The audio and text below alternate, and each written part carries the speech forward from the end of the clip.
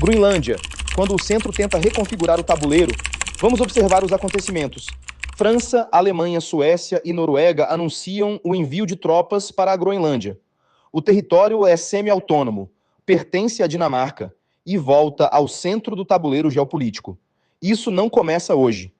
E não começa com emoções, discursos ou narrativas simbólicas. Começa com estrutura. É ponto de reconfiguração. Quando o sistema global entra em instabilidade, os territórios mudam de função. O que antes era periferia distante passa a ser infraestrutura crítica. O Ártico deixa de ser margem, passa a ser eixo. Há um outro sinal importante. Ele não vem da periferia, vem do próprio centro. Em Davos, o primeiro-ministro do Canadá rompe publicamente com a narrativa da chamada ordem internacional baseada em regras, não como denúncia moral, mas como constatação estrutural. Ele afirma que essa ordem sempre foi parcialmente fictícia, útil enquanto funcionava, aceita enquanto entregava estabilidade. Quando o sistema era funcional, as regras pareciam universais. Quando o sistema entra em instabilidade, as regras se tornam seletivas. Integração econômica deixa de ser cooperação, passa a ser instrumento. Tarifas como alavanca, infraestrutura financeira como coerção, cadeias de suprimento como vulnerabilidade. Isso não é ruptura retórica, é ruptura funcional. Quando um ator central admite isso em público, não está anunciando uma transição. Está sinalizando que o mecanismo anterior já não sustenta o sistema. É nesse contexto que a Groenlândia retorna ao tabuleiro. Segundo a leitura do sistema mundo, os países do centro não se expandem por ideologia.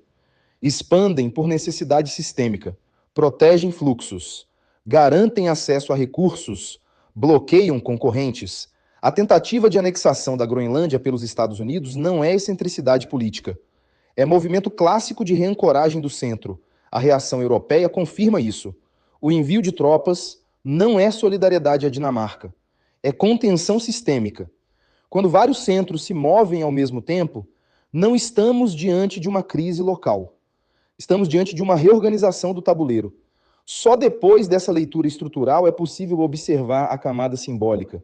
Narrativas de proteção, discursos de ameaça, apelos à soberania, ao medo, à identidade. Esses elementos não explicam o fenômeno, eles operacionalizam o fenômeno. A pergunta central não é quem está certo. A pergunta é outra. O que o sistema está tentando preservar ao se mover para o Ártico? E mais, que tipo de mundo emerge quando territórios antes periféricos passam a ser disputados como centros logísticos? Não estamos diante de um conflito isolado. Estamos diante de um sinal claro de transição sistêmica. A pergunta que fica, então, não é sobre a Groenlândia.